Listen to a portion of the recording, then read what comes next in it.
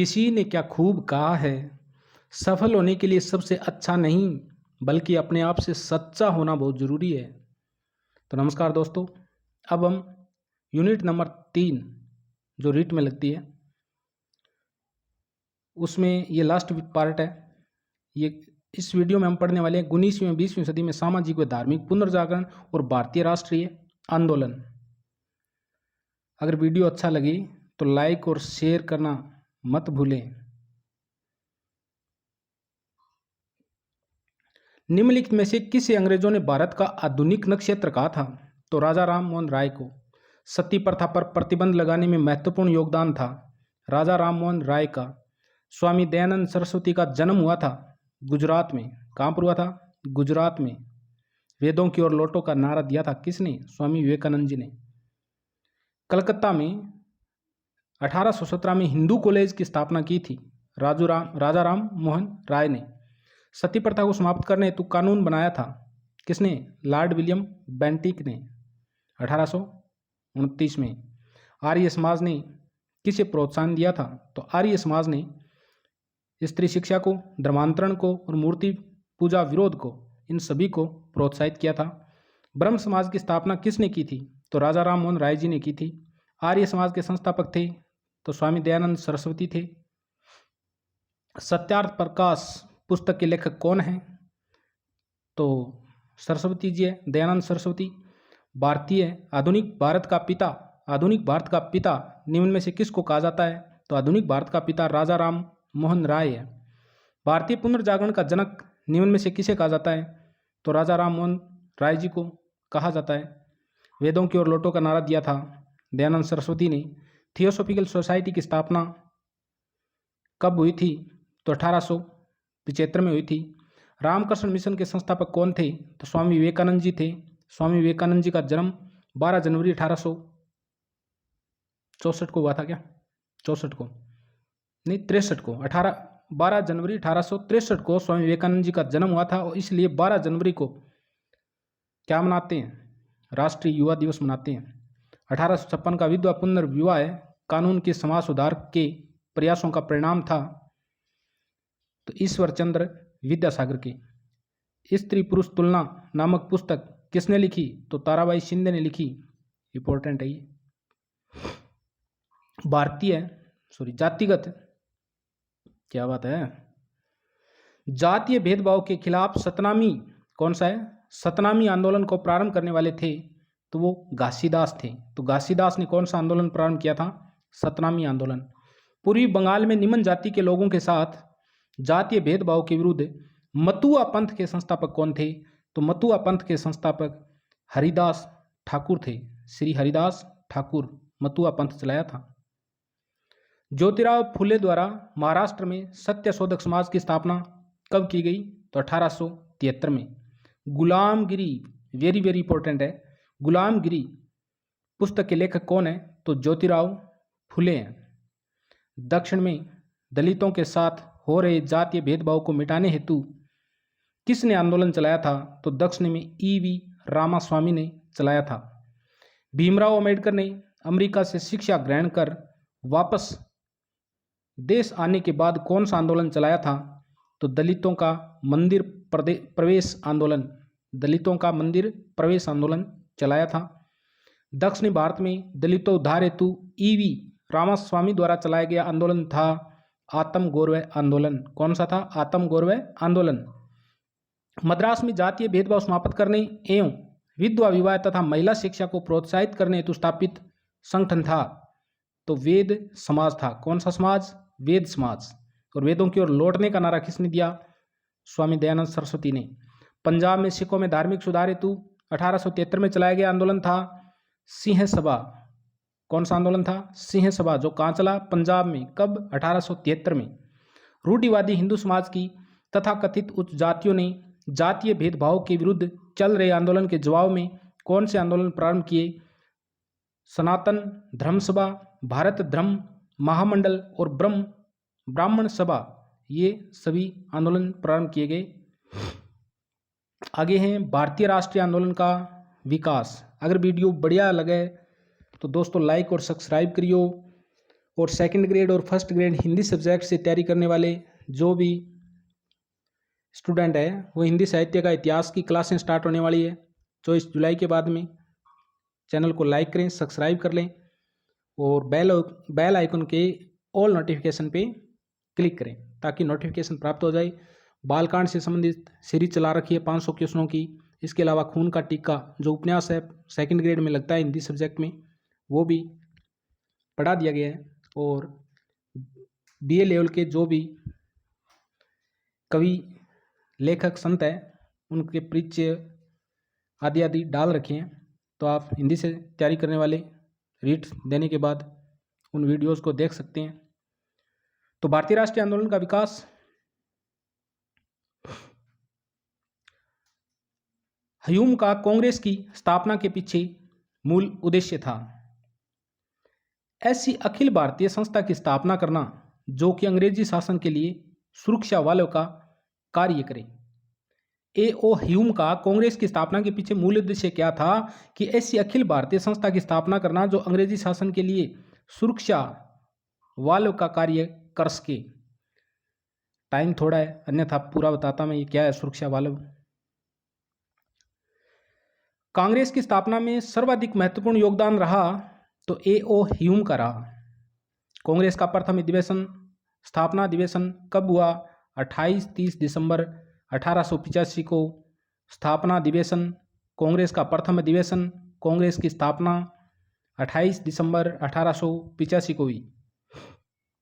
कांग्रेस के प्रथम अधिवेशन का स्थल था Gokuldas Tejpal Sanskrit college Mumbai. A.O. Hume का पूरा नाम है Allan Octavian Hume. Allan Octavian Hume. निम्न में से कांग्रेस के प्रथम अधिवेशन में भाग लेने वाले सदस्य थे।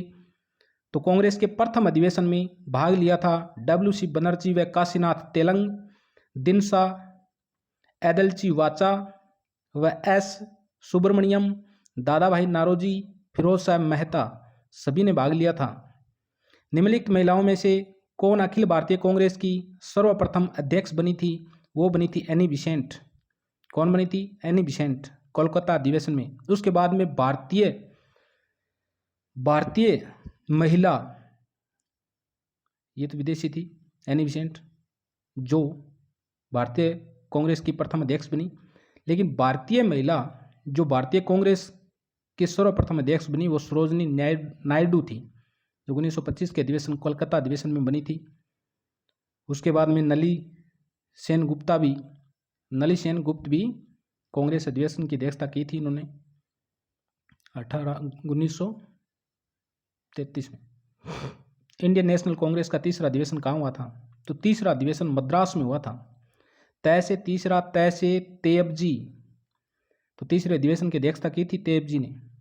कांग्रेस की स्थापना से पूर्व सबसे महत्वपूर्ण राष्ट्रवादी संगठन कौन सा था? तो the Indian association of Calcutta था। सुभाष चंद्र बोस के अध्यक्ष पद से त्यागपत्र देने के बाद किसे भारतीय राष्ट्रीय कांग्रेस का अध्यक्ष नामित किया गया था? तो डॉक्टर राजेंद्र प्रसाद को। तो डॉक्टर राजेंद्र प्रसाद को नामित किया गया था कब? 1939 में त्रिपुरी अधिवेशन है, त्रिपुरा नहीं है, त्रिपुरी अधिवेशन। ये त्रिपुरी मध्य प्रदेश में है। सुभाष चंद्र बोस ने 1938 के अधिवेशन की अध्यक्षता की थी। भारत की स्वतंत्रता के समय भारतीय राष्ट्रीय कांग्रेस के अध्यक्ष कौन थे? तो JB कृपलानी थे। सुभाष चंद्र बोस ने 1939 में फॉरवर्ड ब्लॉक की स्थापना की थी। भारतीय राष्ट्रीय कांग्रेस की स्थापना से पूर्व अनेक क्षेत्रीय संस्थाओं का गठन हुआ था। निम्नलिखित में से कौन सी संस्था अखिल भारतीय प्रकृति की थी? तो इंडियन एसोसिएशन, ये अखिल भारतीय प्रकृति की संस्था थी। किस वायसराय के समय भारतीय राष्ट्रीय कांग्रेस की स्थापना हुई थी? जिसमें 28 दिसंबर 1885 को जब भारतीय राष्ट्रीय कांग्रेस की स्थापना हुई, उसमें भारत का वायसराय कौन था? तो लॉर्ड डफरिन था। भारतीय राष्ट्रीय कांग्रेस के किस अधिवेशन में गांधी इरविन समझौते का अनुमोदन किया गया? तो क्रांची अधिवेशन में। निम्नलिखित में से कौन सा सही नहीं है? भारतीय राष्ट्रीय कांग्रेस का कलकत्ता अधिवेशन 1887 में, ये सही नहीं है। सही क्या है? तो भारतीय राष्ट्रीय कांग्रेस का लखनऊ अधिवेशन हुआ था 1916 में। कब हुआ था? 1916 में। भारतीय राष्ट्रीय कांग्रेस का गया अधिवेशन हुआ था 1922 में और भारतीय राष्ट्रीय कांग्रेस का त्रिपुरी अधिवेशन 1939 में हुआ था, जिसको लेकर गांधी और सुभाष चंद्र बोस के बीच में मतभेद हो गया था। गांधी जी पट्टाभी सीतारामैया को अध्यक्ष बनाना चाहते थे और 1916 का अधिवेशन भी बहुत इंपॉर्टेंट है, क्योंकि लखनऊ अधिवेशन में लखनऊ समझौता होता है, यानी उग्रवादी नरम दल वाले और गरम दल वाले एक हो जाते हैं। कांग्रेस के किस अधिवेशन में पूर्ण स्वराज्य की मांग की गई? तो लाहौर अधिवेशन 1929 को पूर्ण स्वराज्य की मांग की गई और इस अधिवेशन की अध्यक्षता की थी जवाहरलाल नेहरू ने। भारतीय राष्ट्रीय कांग्रेस के किस अधिवेशन की अध्यक्षता सुभाष चंद्र बोस ने की थी? तो 1938 में हरिपुरा अधिवेशन की अध्यक्षता सुभाष चंद्र बोस जी ने की थी। भारतीय राष्ट्रीय कांग्रेस का प्रथम मुस्लिम अध्यक्ष कौन था? तो बदरुद्दीन तेबजी था। यानी भारतीय राष्ट्रीय कांग्रेस का तीसरा अधिवेशन हुआ था मद्रास में और तय से तेबजी ने मद्रास अधिवेशन की अध्यक्षता की थी। कब? 1887 में। भारतीय राष्ट्रीय कांग्रेस का वह अधिवेशन भारतीय राष्ट्रीय कांग्रेस का वह कौन सा अधिवेशन था जिसकी अध्यक्षता महात्मा गांधी ने की थी? तो महात्मा गांधी ने बेलगांव अधिवेशन 1924 में की थी। बेलगांव कहाँ पर है? कर्नाटक में। भारतीय राष्ट्रीय कांग्रेस नाम किसने दिया था? दादोभाई नारोजी ने दिया था। तो भारतीय राष्ट्रीय कांग्रेस नाम किसने दिया था? दादाभाई नारोजी ने। भारतीय राष्ट्रीय कांग्रेस के प्रथम यूरोपीय अध्यक्ष कौन थे? जॉर्ज यूल थे। भारतीय राष्ट्रीय कांग्रेस का प्रथम सचिव कौन था? तो भारतीय राष्ट्रीय कांग्रेस का प्रथम सचिव Allan Octavian Hume A.O. Hume ही था। सूरत अधिवेशन जिसमें भारतीय राष्ट्रीय कांग्रेस में पहली फूट पड़ी, कौन सा अधिवेशन था? ये 23वां अधिवेशन था, जिसमें भारतीय राष्ट्रीय कांग्रेस के दो टुकड़े हो गए थे, नरम दल और गरम दल में विभाजित हो गई थी। नरम दल में और गरम दल में। कांग्रेस के संस्थापक थे A.O. ह्यूम। किसने उदारवादी नेताओं की नीतियों को राजनीतिक भिक्षावृत्ति की संज्ञा दी थी? बाल गंगाधर तिलक ने। लाल बाल पाल यानी विपिन चंद्र पाल, लाला लाजपत राय, बाल गंगाधर तिलक ये उग्रवादी विचारधारा के थे और बाल गंगाधर तिलक ने उदारवादी नेताओं की नीतियों को राजनीतिक भिक्षावृत्ति की संज्ञा दी थी। कांग्रेस नेता जो लगातार 6 वर्षों तक यानी 1940 से 46 तक कांग्रेस के अध्यक्ष पद पर रहे थे वो थे अब्दुल कलाम आज़ाद। कौन थे? अब्दुल कलाम आज़ाद, जो 1940 से 46 तक। भारतीय राष्ट्रीय कांग्रेस का प्रथम अध्यक्ष कौन था? तो ये WC बनर्जी, व्योमेश चंद्र बनर्जी थे। भारतीय राष्ट्रीय कांग्रेस का किस वर्ष पुनर्एकीकरण हुआ था? तो 1916 में। नरम दल और गरम दल दोनों मिलकर वापस कांग्रेस में एक हो गई थी। भारत छोड़ो प्रस्ताव का मसौदा तैयार किसने किया था? अब्दुल कलाम आज़ाद ने। भारत छोड़ो आंदोलन स्टार्ट हुआ था 9 अगस्त 1942 को। गांधी जी का दांडी मार्च निम्न में से किस आंदोलन से संबंधित था? सविनय अवज्ञा आंदोलन से संबंधित था दांडी मार्च। करो या मरो का नारा किसने व कब दिया था? तो करो या मरो का नारा महात्मा गांधी जी ने 1942 में भारत छोड़ो आंदोलन के तहत दिया था। निम्नलिखित घटनाओं को उनके कालक्रमानुसार व्यवस्थित कीजिए। नीचे दिए गए विभिन्न क्रमों में से सही उत्तर का चयन कीजिए। तो सबसे पहले सविनय अवज्ञा आंदोलन हुआ था 1930 में। उसके बाद में गोलमेज सम्मेलन हुए थे। उसके बाद में गांधी इरविन पैक्ट आता है और उसके बाद में पूना पैक्ट आता है 1932 में। क्रिप्स मिशन भारत कब आया था? तो 1942 में क्रिप्स मिशन आया था। महात्मा गांधी ने दांडी अभियान आरंभ किया था नमक कानून भंग करने के लिए। गांधी जी द्वारा सविनय अवज्ञा आंदोलन का आह्वान किया गया था 1930 में। भारतीय राष्ट्रीय कांग्रेस ने भारत छोड़ो प्रस्ताव पारित किया था बंबई में। 1932 के पुना समझौते का मुख्य बिंदु था सांप्रदायिक पंचाट। 1920 में कांग्रेस ने असहयोग प्रस्ताव कहां पर पारित किया था? तो नागपुर अधिवेशन में। महात्मा गांधी ने 1930 में सविनय अवज्ञा आंदोलन कहां से शुरू किया था? तो दांडी से। दांडी मार्च के साथ सविनय अवज्ञा आंदोलन शुरू हो गया था। स्वतंत्रता आंदोलन के दौरान 5 फरवरी 1922 में चौरी चौरा स्थान पर हिंसक आंदोलन के कारण गांधी जी ने असहयोग आंदोलन वापस ले लिया था। यह चौरी चौरा स्थान कहाँ स्थित था? गोरखपुर, उत्तर प्रदेश में। ये पिछली रीट में आया था भाई। भारतीय राष्ट्रीय कांग्रेस द्वारा पहली बार स्वतंत्रता दिवस की शपथ कब ली गई? 26 जनवरी 1930 को। झंडा फहराया गया था रावी नदी के तट पर। गांधी जी द्वारा नमक कानून तोड़कर सविनय अवज्ञा आंदोलन का आगाज कब किया गया? तो ये 6 अप्रैल 1929 को किया गया था। अरे भाई 6 अप्रैल 1929। तो गांधी जी द्वारा नमक कानून तोड़कर सविनय अवज्ञा आंदोलन का आगाज कब हुआ? तो 6 अप्रैल 1930 को हुआ था। यानी 12 मार्च 1930 को दांडी यात्रा प्रारंभ होती है। 6 अप्रैल 1930 को गांधी जी एक मुट्ठी नमक लेकर नमक कानून तोड़ते हैं और उसी के साथ में सविनय अवज्ञा आंदोलन प्रारंभ हो जाता है। इसका ये ऑप्शन गलत है। तो 6 अप्रैल 1930 को प्रारंभ हुआ था। कैबिनेट मिशन भारत भेजा गया था। कैबिनेट मिशन भारत भेजा गया था। कब भेजा गया था? क्यों भेजा गया था? सत्ता हस्तांतरण के लिए संवैधानिक व्यवस्था तैयार करने हेतु भारत का विभाजन किया गया था माउंटबेटन योजना के द्वारा। किस योजना के द्वारा? माउंटबेटन योजना के द्वारा। ब्रिटिश शासनकाल का वह अधिनियम जिसके द्वारा भारत के गवर्नर जनरल का पद नाम बदलकर गवर्नर जनरल एंड वाइसराय किया गया। तो भारत सरकार अधिनियम 1858 के बाद। कैबिनेट मिशन योजना के अनुसार संविधान सभा के सदस्यों की संख्या निश्चित की गई थी 389। भारत की विभिन्न देशी रियासतों के एकीकरण का प्रावधान किस बड़े अधिनियम में किया गया था? तो ये भारत सरकार अधिनियम 1935 में किया गया था। निम्न में से किस युग्म ने प्रथम बार पाकिस्तान का विचार दिया था? तो मोहम्मद इकबाल खां और चौधरी रहमत अली ने प्रथम बार पाकिस्तान का विचार दिया था। महात्मा गांधी का वक्तव्य एक उत्तर तिथीय चेक, ए पोस्ट डेटेड चेक किससे संबंधित था? तो ये क्रिप्स मिशन से संबंधित था। ब्रिटिश प्रधानमंत्री एटली ने भारत में ब्रिटिश शासन के अंत की ऐतिहासिक घोषणा कब की थी?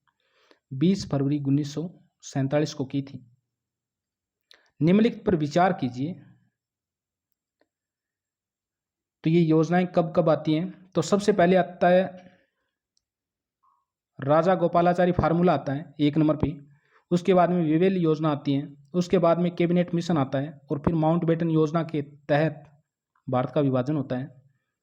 मुस्लिम लीग ने खुलकर प्रथम बार भारतीय मुसलमानों के लिए पृथक देश की मांग किस वर्ष में हुए अपने वार्षिक अधिवेशन में की थी? तो ये 1940 के अधिवेशन में की थी। पाकिस्तान शब्द किसने प्रतिपादित किया था? चौधरी रहमत अली ने। तो चौधरी रहमत अली ने कौन सा शब्द दिया था? पाकिस्तान शब्द दिया था।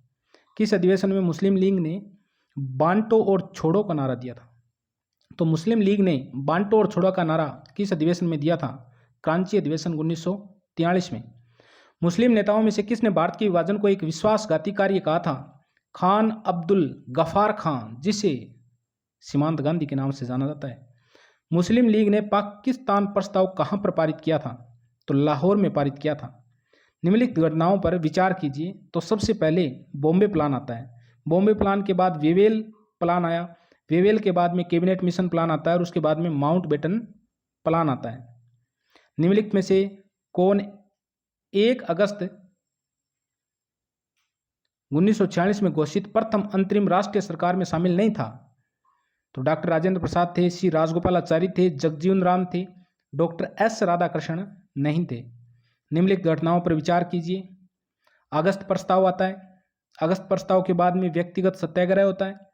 उसके बाद में क्रिप्स मिशन आता है और उसके बाद में भारत छोड़ो आंदोलन स्टार्ट होता है 9 अगस्त 1942 को।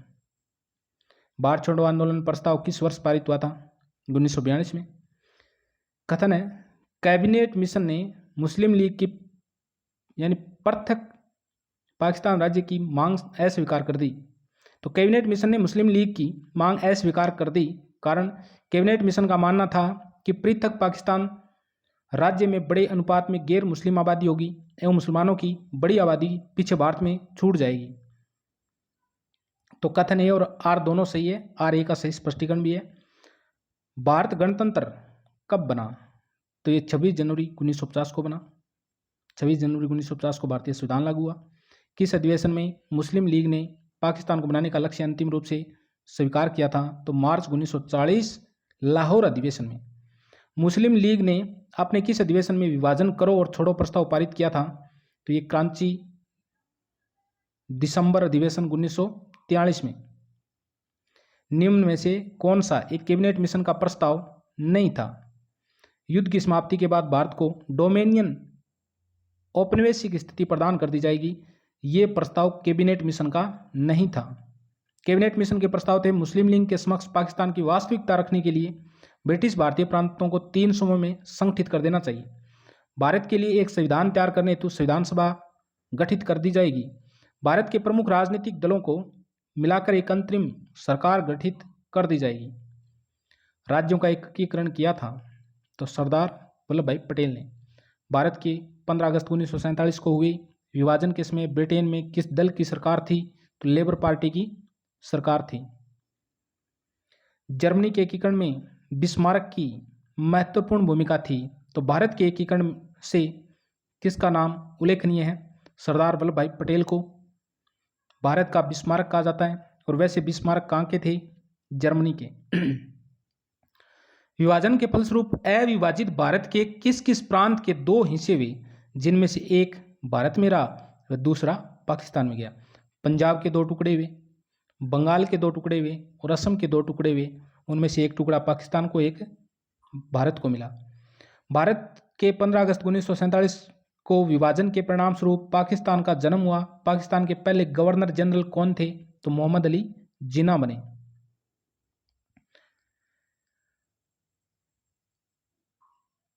विभाजन के पश्चात पाकिस्तान में शामिल क्षेत्र थे। तो विभाजन के पश्चात पाकिस्तान में शामिल क्षेत्र पूर्व बंगाल व पश्चिम पंजाब, सिंधु बलूचिस्तान, उत्तरी पश्चिमी सीमा प्रांत, उपरोक्त सभी। भारत के विभाजन के समय ब्रिटेन का प्रधानमंत्री कौन था? तो क्लेमेंट एटली था। क्लेमेंट एटली। भारत का राष्ट्रीय ध्वज तिरंगा झंडा होगा। संविधान सभा में यह प्रस्ताव किसने पेश किया? तो पंडित जवाहरलाल नेहरू ने। संविधान सभा ने 13 दिसंबर 1946 को पंडित नेहरू द्वारा प्रस्तुत उद्देश्य प्रस्ताव को कब पारित किया? तो इसे 22 जनवरी 1947 को पारित किया। 2 सितंबर 1946 को पंडित जवाहरलाल नेहरू के प्रधानमंत्रित्व में बनी अंतरिम सरकार में कुल कितने मंत्री थे? तो उसमें 12 मंत्री थे। पंडित जवाहरलाल नेहरू के नेतृत्व में सितंबर 1946 में पंडित जवाहरलाल नेहरू के नेतृत्व में सितंबर 1946 में गठित अंतरिम सरकार में मुस्लिम लीग के 5 मनोनीत व्यक्ति कब शामिल हुए? 26 अक्टूबर 1946 को। 26 अक्टूबर 1946 को। तत्वबोधिनी सभा के संस्थापक थे। तो तत्वबोधिनी सभा के संस्थापक देवेंद्रनाथ टैगोर थे। Poverty and un British rule in India, very very important पुस्तक है ये। Poverty and un British rule in India नामक पुस्तक के लेखक कौन थे? तो दादाभाई नौरोजी। ये वीडियो में उपचुक ज़्यादा ही हुई है। निम्नलिखित घटनाओं को उनके कालक्रमानुसार व्यवस्थित कीजिए तथा नीचे दिए गए विभिन्न क्रमों में से सही उत्तर का चयन कीजिए। तो सही उत्तर के चयन की बात करें तो सबसे पहले सविनय अवज्ञा आंदोलन प्रारंभ होता है, यानी दांडी मार्च प्रारंभ होता है। कब? 12 मार्च 1930 को। उसके बाद में 6 अप्रैल 1930 को सविनय अवज्ञा आंदोलन व्यवस्थित रूप से स्टार्ट हो जाता है। नमक कानून टूट जाता है। तो सबसे पहले सविनय अवज्ञा आंदोलन 1 नंबर पे आएगा। 2 नंबर पे प्रथम गोलमेज सम्मेलन, 3 नंबर पे गांधी इरविन पैक्ट और उसके बाद में पूना पैक्ट होता है। पूना पैक्ट किसके मध्य होता है? तो पूना पैक्ट किसके मध्य होता है? 25 सितंबर को होता है पूना पैक्ट, किसके मध्य होता है, कमेंट में बताइए। तो निम्न घटनाओं का सही क्रम क्या है? तो पहले जलियांवाला बाग नरसंहार होता है, उसके बाद में रोल्ट एक्ट आता है। ओहो, जलियांवाला बाग नरसंहार, रोल्ट एक्ट, मॉन्टेग्यू चेम्सफोर्ड सुधार और 1919 का कांग्रेस का अमृतसर अधिवेशन।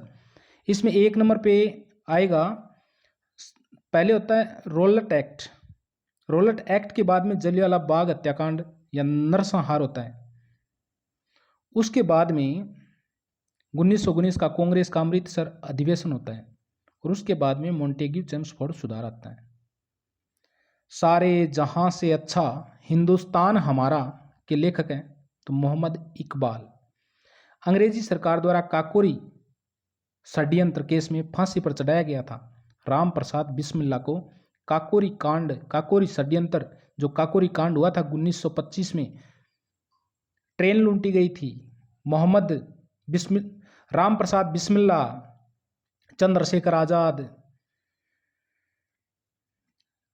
रोशन सिंह, ये क्रांतिकारी थे जिन्होंने काकोरी कांड के तहत ट्रेन को लूंटा था, जिसमें राम प्रसाद बिस्मिल्ला को फांसी दी गई थी। और इससे पहले मैंने पूछा था, एक क्वेश्चन पूछा था, उसका कमेंट में जवाब देना है। भारतीय राष्ट्रीय कांग्रेस का प्रथम अधिवेशन आयोजित हुआ था 1885 बंबई में 28 से 30 दिसंबर के मध्य। प्रांतीय द्वैध शासन प्रतिफल था मॉन्टेग्यू चेम्सफोर्ड सुधारों का, तो प्रांतों में द्वैध शासन लागू कर दिया गया। 1905 के विभाजन के पश्चात बंगाल पुनः कब एक हुआ? तो 1911 में पुनः एक हुआ। गांधी जी ने 1917 में चंपारण की यात्रा किसके अनुरोध पर की थी? तो राजकुमार शुक्ल के अनुरोध पे की थी। प्रसिद्ध नाटक नील दर्पण के लेखक कौन है? तो प्रसिद्ध नाटक नील दर्पण के लेखक दीनबंधु मित्र है। गदर पार्टी के संस्थापक थे लाला हरदयाल।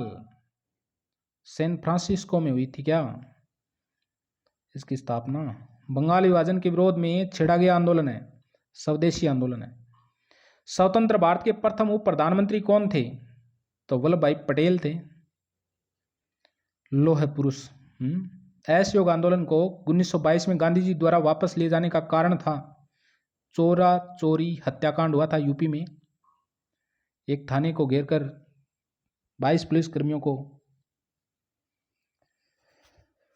जिंदा जला दिया था। यह 5 फरवरी 1922 की बात है, चोरा चोरी कांड हुआ था। इल्बर्ट और वायसराय रिपन के समर्थन में किसने आंदोलन चलाया था? तो अंग्रेजों ने, यूरोपियनों ने, भारतीयों ने, कोई नहीं, तो किसी ने नहीं चलाया था। भारत के संसदीय इतिहास में प्रथम बहिर्गमन वॉकआउट का नेतृत्व किसने किया था? तो मदन मोहन मालवीय जी ने किया था। सारे जहां से अच्छा हिंदुस्तान हमारा गीत मोहम्मद इकबाल की किस कृति में है? तो बांग ए दर्रा पुस्तक में है। तो बांग ए दर्रा किसकी पुस्तक है? ये किसकी कृति है? मोहम्मद इकबाल की। नीचे दिए गए षड्यंत्र मुकदमों को क्रमबद्ध करें। दिल्ली षड्यंत्र केस, अलीपुर षड्यंत्र केस, काकोरी षड्यंत्र केस, लाहौर षड्यंत्र केस, इनमें सबसे पहले कौन सा होता है? तो इनमें सबसे पहले अलीपुर षड्यंत्र केस होता है। अलीपुर षड्यंत्र केस के बाद में दिल्ली षड्यंत्र केस होता है। दिल्ली के बाद में काकोरी षड्यंत्र केस होता है और उसके बाद में लाहौर षड्यंत्र केस होता है।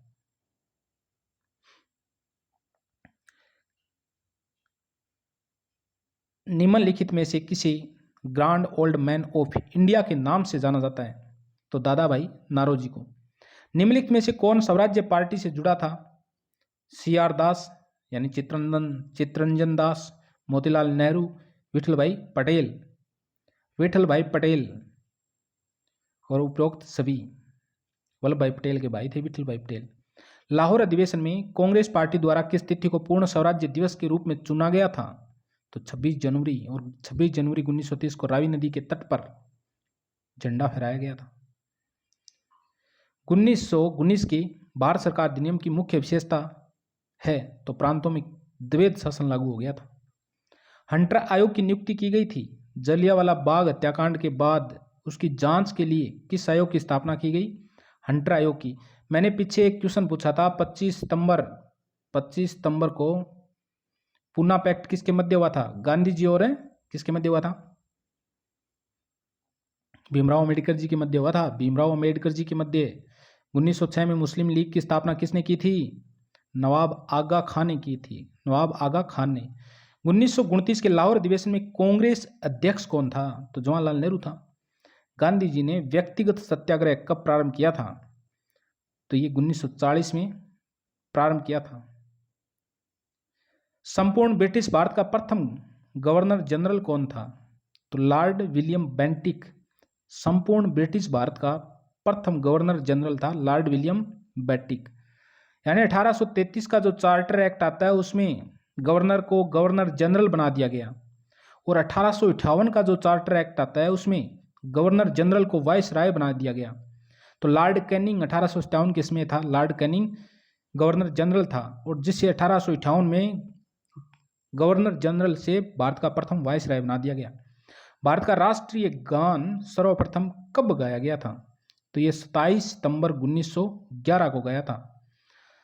तो 27 सितंबर 1911 को भारतीय राष्ट्रीय गान सर्वप्रथम गाया गया। 27 सितंबर को कौन सा दिवस मनाते हैं? कमेंट में बताएं। 1919 में जलियांवाला बाग हत्याकांड कहाँ पर हुआ था? तो 1919 में जलियांवाला बाग हत्याकांड अमृतसर में हुआ था। बंगाल में द्विवेद शासन की स्थापना किसने की थी? तो रॉबर्ट क्लाइव ने की थी। भारतीय स्वतंत्रता संग्राम के दौरान घटित निम्नलिखित घटनाओं का सही कालानुक्रम है। तो सबसे पहले कौन सी घटना घटती है? तो मिंटो मार्ले सुधार आता है। सबसे पहले मिंटो मार्ले सुधार आता है। उसके बाद में ये आता है 1909 में। मॉन्टेग्यू चेम्सफोर्ड आता है 1919 में। उसके बाद में चोरा चोरी हत्याकांड होता है 5 फरवरी 1922 को। उसके बाद में दांडी यात्रा प्रारंभ होती है 12 मार्च 1930 को। ईस्ट इंडिया कंपनी के निम्न गवर्नर जनरलों के कार्यकाल का सही अनुक्रम क्या है? तो लॉर्ड कॉर्नवालिस होते हैं, जो बंगाल में कौन सी पद्धति लगाते हैं। उसके बाद में लॉर्ड विलियम बेंटिक होता है 1832-33 के आसपास। उसके बाद में लॉर्ड डलहौजी 1848 से 55-56 तक। उसके बाद में लॉर्ड कैनिंग आता है, जो भारत का प्रथम वायसराय बनता है। भारत में पश्चिमी शिक्षा पद्धति का मैग्ना कार्टा किसे कहा जाता है? तो इसे वुड डिस्पेच 1854 को पश्चिमी शिक्षा पद्धति का मैग्ना कार्टा कहा जाता है। साइमन कमीशन भारत आया था, तो साइमन कमीशन 1928 में भारत आया था, जिसका लाहौर में किसने विरोध किया था? लाला लाजपत राय जी ने। भारत के अंतिम ब्रिटिश वायसराय कौन थे? तो लॉर्ड लिनलिथगो भारत के अंतिम ब्रिटिश वायसराय थे। सिविल सर्विसेज में भारतीयों की भर्ती की उम्र कब घटाकर 21 से 19 कर दी गई? तो 1878 में कर दी गई। महात्मा गांधी ने भारत में पहला सत्याग्रह कब और कहां से प्रारंभ किया था? तो चंपारण 1917 में नील विद्रोह के रूप में किया था। और बिहार में गांधी जी को किसने आमंत्रित किया था? राजकुमार शुक्ल ने। खुदीराम बोस को फांसी की सजा क्यों दी गई थी? क्योंकि मुजफ्फरपुर जिला जज की हत्या के प्रयास के लिए खुदीराम बोस को फांसी की सजा दी गई थी। अमेरिका में भारतीय क्रांतिकारी गतिविधियों का नेता कौन था? तो लाला हरिदयाल था। निम्नलिखित में से कौन सा दी गई घटनाओं का सही कालानुक्रम है? तो अगस्त प्रस्ताव आता है 1942 में। उसके बाद में क्रिप्स मिशन, उसके बाद में शिमला सम्मेलन होता है, और उसके बाद में कैबिनेट मिशन आता है। सन 1905 के बंगाल विभाजन केस में गवर्नर जनरल एवं वायसराय था, तो 1905 में लॉर्ड कर्जन था। सबसे दुष्ट था ये। तो एक घटना है नहीं, अनच्छित रिकाउंट डेट सहित याद कर लियो 10 से खोली सारी, क्योंकि बहुत बार प्रश्न पूछो जाए इन टाइप को। कांग्रेस से अलग होकर स्वराज्य दल की स्थापना किस मुद्दे को लेकर हुई थी? काउंसिल प्रवेश को लेकर। भारत की स्वतंत्रता प्राप्ति को नियति से पूर्व निर्धारित मिलन ट्रस्ट विथ डेस्टिनी की संज्ञा किसने दी थी? नियति से पूर्व निर्धारित मिलन की संज्ञा किसने दी? पंडित जवाहरलाल नेहरू ने। गांधी जी ने कौन से आंदोलन को अराजकता का व्याकरण ग्रामर ऑफ एनआरची कहा? तो सविनय अवज्ञा आंदोलन को कहा था। कांग्रेस व मुस्लिम लीग का लखनऊ में 1 ईस्वी में अधिवेशन कब हुआ था? तो ये अधिवेशन हुआ था 1916 में। लाहौर में साइमन कमीशन के बहिष्कार का नेतृत्व किसने किया था? तो लाला लाजपत राय ने, शेर पंजाब ने किया था। तो लाला लाजपत राय को शेर पंजाब कहा जाता है। इसकी एक बुक है द पीपल, इंपॉर्टेंट बुक है एक। अरे द पीपल इसका समाचार पत्र है और यंग इंडिया इसकी बुक है। यंग इंडिया किसकी पुस्तक है? लाला लाजपत राय की पुस्तक है यंग इंडिया, लेकिन महात्मा गांधी का यंग इंडिया समाचार पत्र है और लाला लाजपत राय का पत्र था द पीपल। निम्न को कालानुक्रम में व्यवस्थित कीजिए। तो सबसे पहले दांडी मार्च स्टार्ट होता है 12 मार्च को। उसके बाद में प्रथम गोलमेज सम्मेलन होता है। उसके बाद में गांधी इरविन समझौता होता है। दांडी मार्च, प्रथम गोलमेज सम्मेलन, गांधी इरविन समझौता, उसके बाद में सांप्रदायिक पंचाट और उसके बाद में पूना पैक्ट होता है। इनकी डेटें याद कर लेना आप। खिलाफत आंदोलन को प्रारंभ किया गया था अली बंधुओं में एक तो शौकत अली है और एक मोहम्मद अली है। अली बंधु है। भारत छोड़ो आंदोलन आरंभ हुआ था अगस्त 1942 में, 9 अगस्त 1942 को, और इसमें गांधी जी ने नारा दिया था करो या मरो का।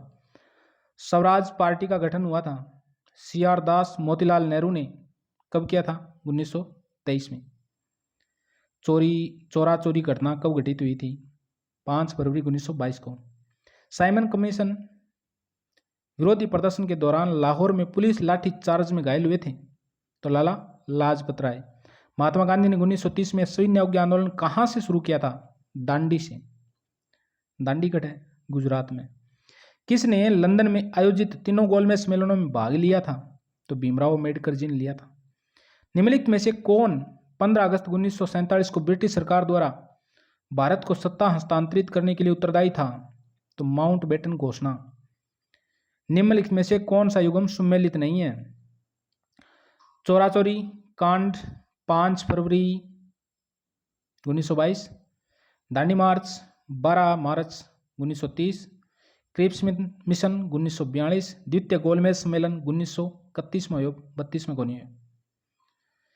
वेवेल योजना कब प्रस्तुत की गई? तो वेवेल योजना 1945 में आई थी वेवेल योजना। और इसी के साथ ये टॉपिक क्लियर होता है, यानी यूनिट नंबर 3 पूरी हो जाती है। अगर आपको वीडियो अच्छा लगा है तो लाइक शेयर सब्सक्राइब करें।